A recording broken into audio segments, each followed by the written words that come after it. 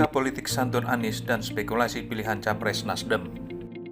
Pilihan Surya Paloh dan itu pilihan Partai Nasdem pada Anies Baswedan sebagai capres yang diusungnya, di samping prestasi yang dibuat selaku Gubernur DKI Jakarta, juga elektabilitas Anies yang terus menapak tinggi.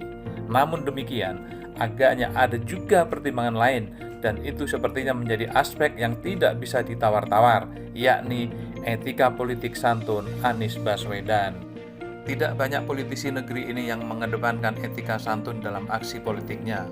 Hal ini biasa yang justru sering ditemui, adu pantun saling menyerang antar politisi.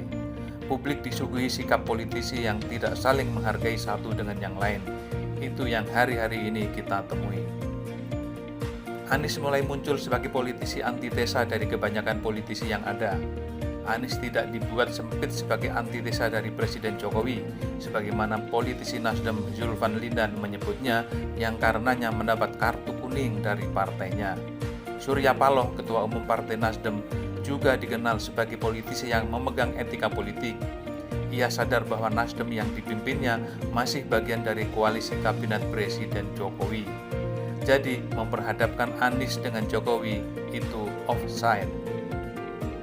Nasdem memang telah resmi mencalonkan Anies Baswedan sebagai Capres 2024 pada 3 Oktober 2022, dan itu sah-sah saja, seperti juga pilihan Nasdem membersamai Presiden Jokowi sampai akhir masa jabatan tahun 2024, itu pun sah-sah saja.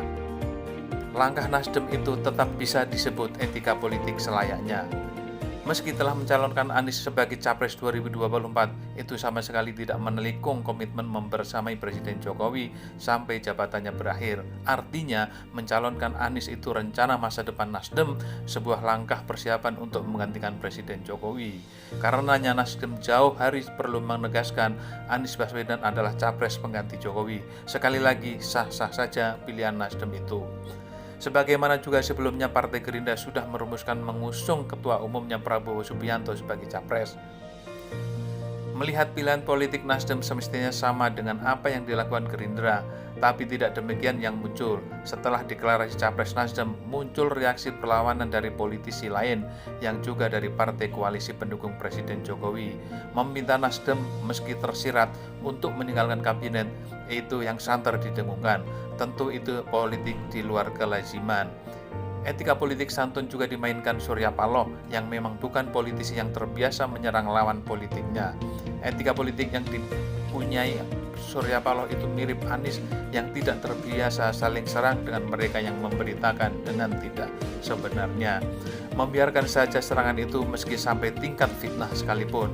Anies menjawabnya dengan kerja yang terukur. Hasil kerjanya bisa dilihat dan itu yang mendongkrak elektabilitasnya yang tanpa perlu rekayasa segala. Maka pilihan Nasdem pada Anies Baswedan itu tentu dengan pertimbangan matang. Semua aspek yang bisa menuju pada kemenangan capres yang diusungnya dilihat dengan seksama. Melihat Anies dengan objektif yang tampak memang paket komplit, dilihat dari aspek manapun, intelektualitas, kepribadian, dan spiritualitasnya di atas rata-rata. Ini yang menjadikan Nasdem kepincut dan jatuh hati. Langkah Nasdem mencalonkan Anies Baswedan itu langkah strategis yang dipilihnya, tentu dengan kalkulasi politik yang tidak bisa diintervensi kekuatan lain.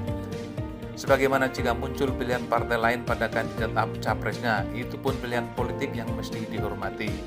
Mengapa pilihan Nasdem pada Anies Baswedan sebagai capresnya itu buat partai lain gerah dan memaksa Presiden Jokowi mengusir partai baru itu dari kabinet, padahal tidak satu pun komitmen yang dilanggar, bahwa Nasdem jelas akan membersamai Presiden Jokowi sampai masa jabatannya berakhir. Mari sama-sama melihat kedewasaan sikap macam apa yang akan diambil Presiden Jokowi memperlakukan Nasdem pasca deklarasi capresnya, mengusir Nasdem atau tetap mempertahankannya dalam barisan koalisi.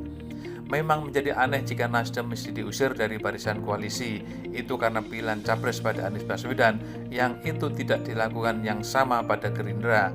Spekulasi pun muncul menemui bentuknya bahwa persoalan itu lebih pada capres yang diusung Nasdem, itu tidak dikehendaki pengendali istana. Muncul perlakuan istana yang tidak sama antara Nasdem dan Gerindra. Kita lihat saja dalam hitungan pekan atau bulan ke depan, akankah penggusuran Nasdem dalam barisan koalisi benar-benar terjadi. Tapi satu hal, bahwa etika politik itu memang antitesa dari politik menghalalkan segala cara, itu pasti.